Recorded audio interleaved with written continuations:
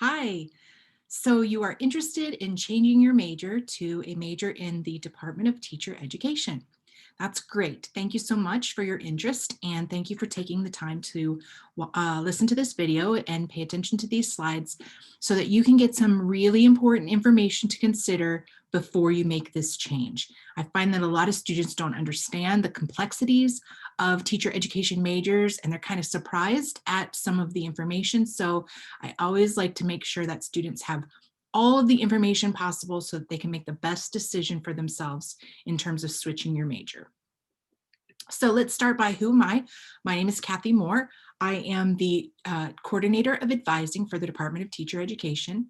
So this just basically means I oversee all of the advising related questions, issues, situations, programs, resources, all of those kinds of things related to advising of teacher education majors.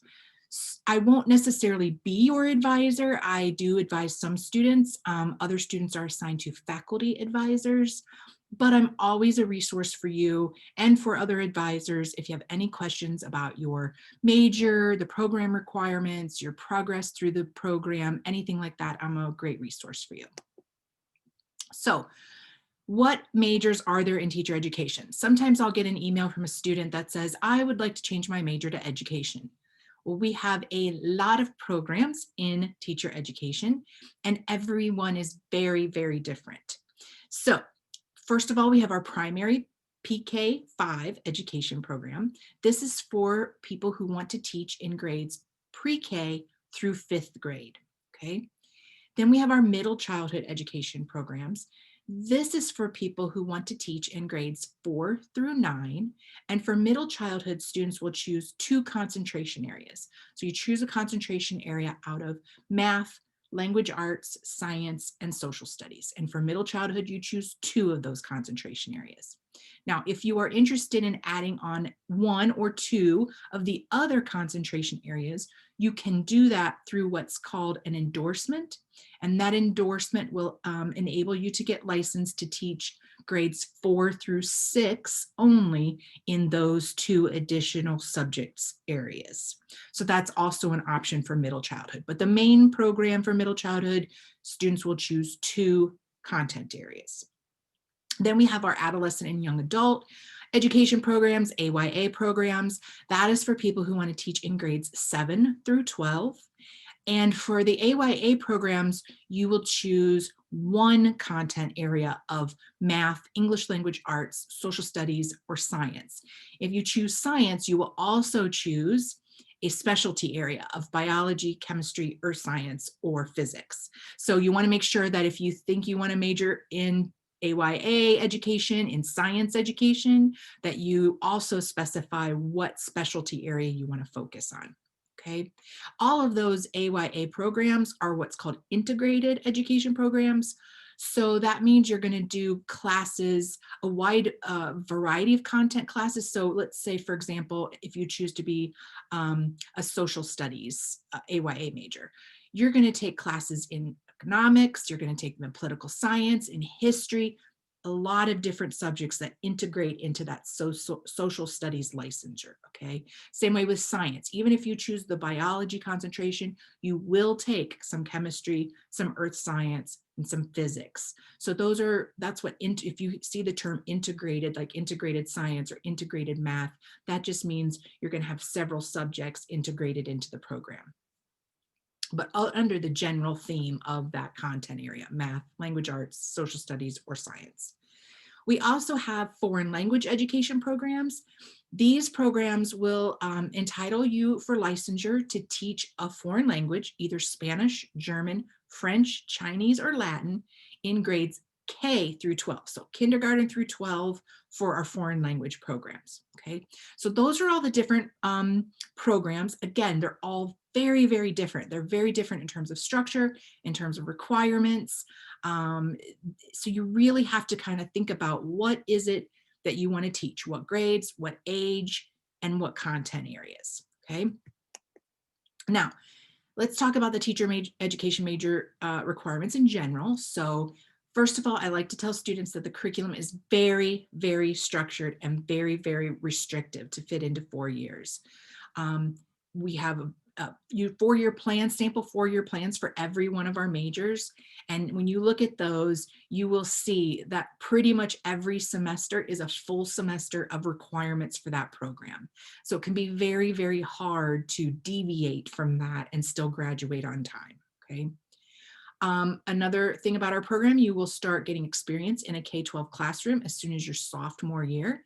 It just depends on what your content area is or what your program is, but pre-K and MCE sophomore year, they start going into the classroom, and AYA students, it's usually junior year when you start going into a classroom. Either way, you're going to get hundreds of hours of experience in a classroom before you even do student teaching. So that's a great thing.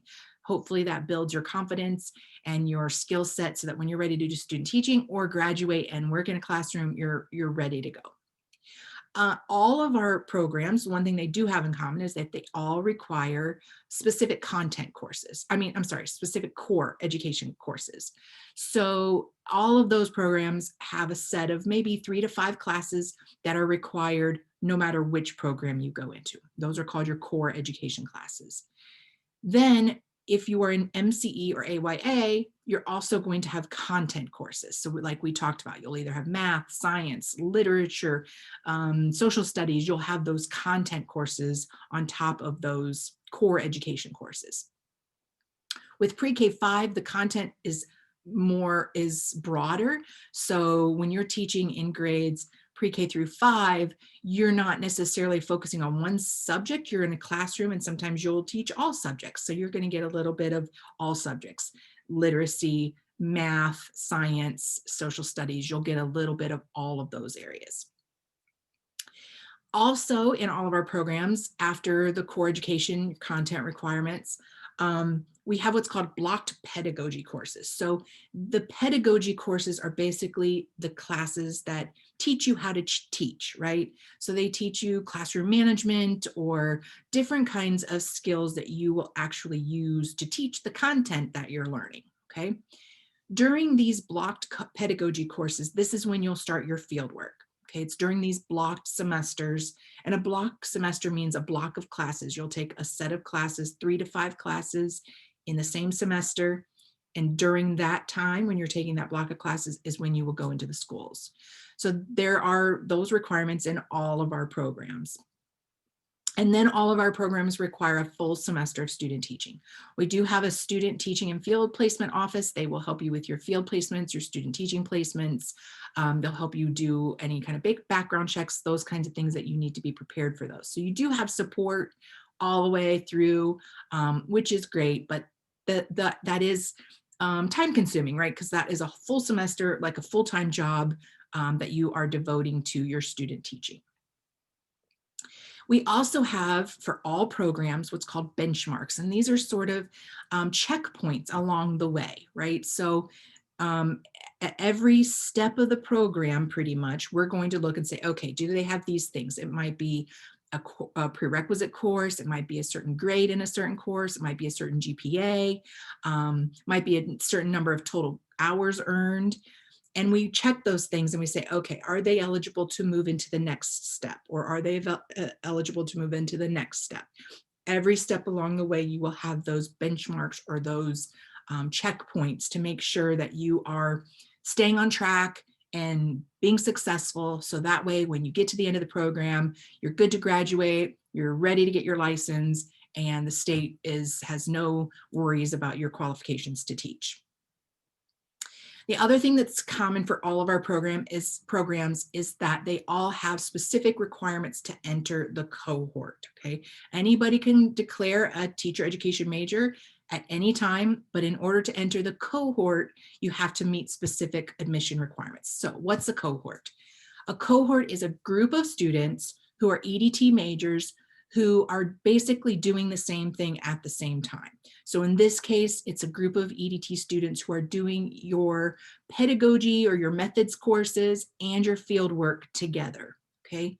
And the first year or two, depending on your program, you're taking content, you're doing Miami Plan, and then you come together in your cohort to start these blocked courses and your field work, okay? So that's when you are entering the cohort when you start that first block. In order to be eligible to start that first block for pre-K5 and MCE programs, you have to have 30 hours of coursework. You have to have a 2.75 GPA. You have to have a grade of B or higher in EDT 190 and EDP 201. And you have to complete any Block 1 prerequisite courses. Different programs have different prerequisites for the different blocks. And that would be on your program sheet, and your advisor will make sure you know those things. But you have to make sure you meet any prerequisites that you need before that first block. And for pre-K5, you must attend a mandatory orientation session. We have several sessions every semester, and you have to attend one of those sessions. And at the end, you get a survey kind of thing that you have to sign saying you understand the requirements of the program. You must attend one of those before you can start your cohort classes, okay? Now for AYA programs, including foreign language, you're required to have 64 hours of coursework, so that's most of your content, a 2.75 cumulative GPA, a grade of B or higher in EDT 190, EDP 201, and EDL 204, again, those core education classes, and also completion of any Block 1 prerequisite courses. Again, different programs have different prerequisite courses. Some don't have any prerequisite courses, but your advisor will explain all those to you. So some other important considerations as you think about changing your major. So first of all, it's really important to understand that some coursework you have already taken may not apply to an EDT major. It might only apply to electives or the total 124 hours you need to graduate, but they might not fulfill any specific requirements in the education major. Again, like I said before, these programs are very, very prescribed. It's very specific. So you can't just take any, for example, in primary education, you can't just take any physical science. There's a specific physical science you have to take. So if you've taken physics, that's great, but you still need to take the physical science required for that major to be eligible for the for licensure in that area. So a lot of times students are kind of surprised when they come in with, say, 2 years of coursework at Miami, and then I tell them that they still have 3 more years to complete this teacher education major because of all the requirements they still have left to fulfill.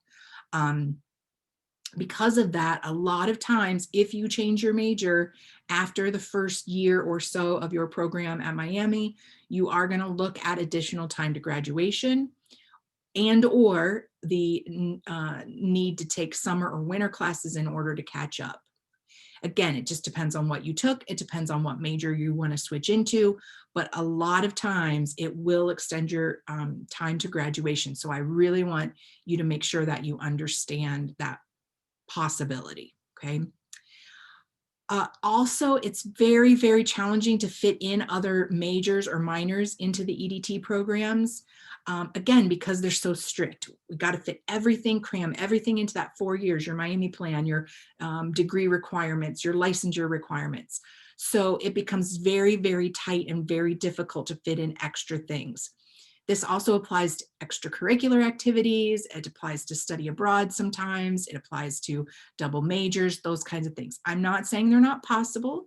They can be worked in, but they may require additional time to graduation then in order to be able to fit those things in, because your semesters are already so tightly defined that it's very, very difficult to fit in anything extra. Okay. Now the exception for this is AYA majors. So if you are majoring in one of our AYA majors, those programs are designed to closely parallel majors in the content area. So for example, if you are a Spanish education major, that program is designed to parallel the Spanish major in the College of Arts and Science. So it's a lot easier to double major in that way. If you are majoring in AYA social studies, there is a history minor built into the program. So it's very easy, obviously, to do that history minor. But anything else becomes a little bit harder to fit in. So if you're one of those students who want to double, triple major, you're very active in activities, your time is very tight anyways, this may be a challenging major. Remember, you also have field work, you have student teaching requirements. So there's going to be blocks of time when you are not even on campus, you're in the schools, you are tied up doing your student teaching or your field work, and you have to make sure that you have that time committed to those responsibilities also. Also, EDT majors have additional costs. There are costs related to transportation to get to field work and student teaching. There are costs related to background checks that you have to get every year in order to be in a classroom. There are tests, they're called the Ohio Assessment for Educators, that you need to take for licensure, and some of those will be required before you even graduate. So there are additional costs related to EDT majors beyond just the tuition. So it's another thing I like to tell students just to think about, just so that you have that information. So again, I tell you all this information so that you can make the best decision possible for you. I think a lot of students don't understand the complexities of the EDT majors, and so I think it helps to kind of have this bit of background. Your next steps, if you are still interested in knowing more information about changing your major, please email me and put in the subject line program sheet request 21. And I want you to say that specifically so that I know you watched this whole video, got to the end, and you have the information that I've already provided.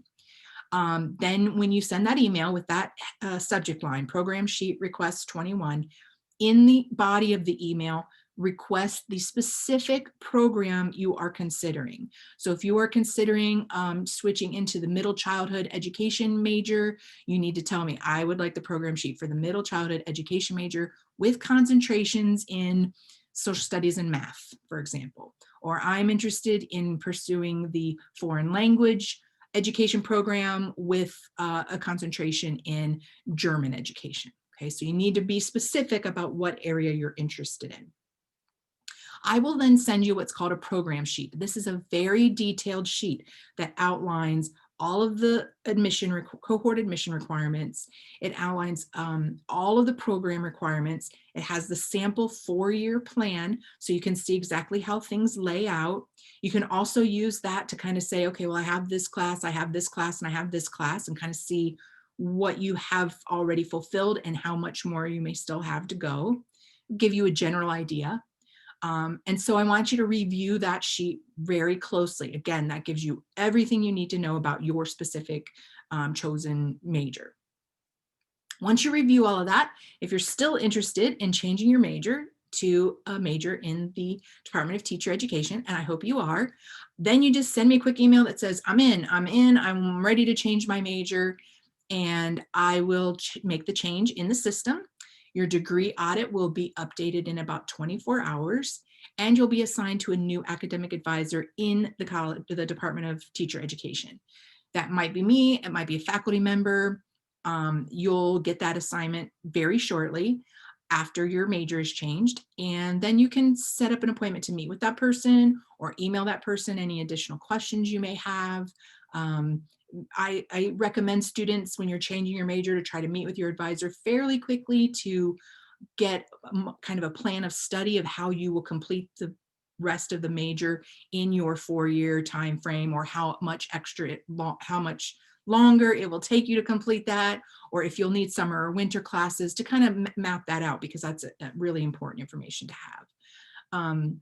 So again, I hope I haven't scared you away from a major in the Department of Teacher Education. I think it's a great option. We have some very, very, very dedicated, wonderful faculty members with great experience to share. We're one of the best programs for teacher education in the state. So I think you'll really enjoy a major. We also have our own career fair. So when you're ready to graduate, we have our very own teacher education career fair to help you find job placement. So you've got a lot of support. You've got a lot of great characteristics of this program. And I don't want to scare you away with any of this information. I just want you to know so that you can make a good, informed decision.